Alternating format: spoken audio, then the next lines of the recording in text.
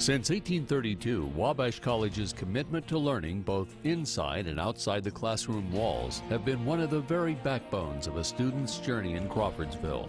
And this year, a group of young men and their professors will take this ideal to a very unlikely place, Cuba. In American eyes, Cuba is this very bizarre place. It's like this weird, archaic holdout of the Cold War. And so in November, we're actually going to go to Cuba with students on an immersion trip. And the reason I've always wanted to do this is because it's very hard to find reliable and unbiased sources on Cuban history. The best way for students to learn about Cuba is to actually go there and to see it for themselves.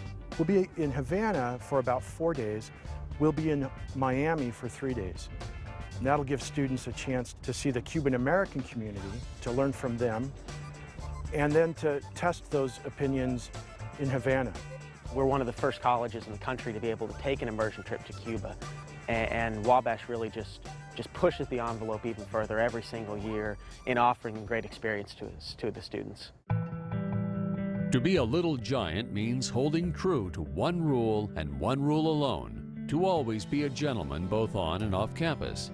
There's no better opportunity to take this message global than through immersion learning.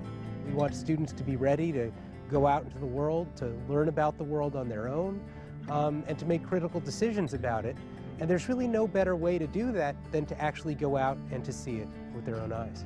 When you're able to see another culture in another country firsthand, you're able to kind of touch that culture, and you're able to kind of be a part of it. You don't just have to take someone else's word for it. You can experience it yourself.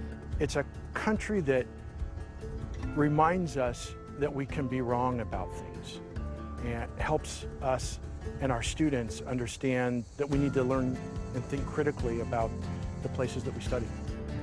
We'll take students who travel often. We'll take students who've never been outside the state of Indiana.